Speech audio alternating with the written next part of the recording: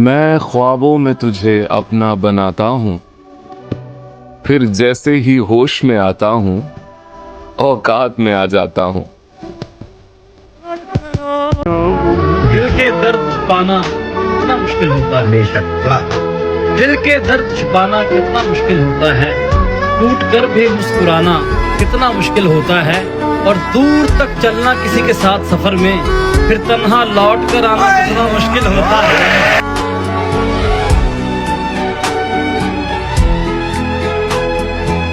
हाय मेरे दिल का दर्द किसने देखा है।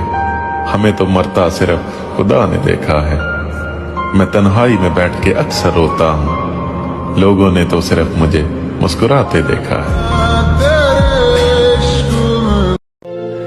किसी के सपने नहीं टूटने चाहिए यार। टूटे हुए सपने इंसान को जीने नहीं देते। वो बार बार उसे सालते हैं और बताते हैं, देखो ये ख्वाब देखा था तुमने। हारा हुआ आदमी सपनों के टुकड़ों को देखता है, मुस्कुराता है, मगर कुछ बोल नहीं पाता।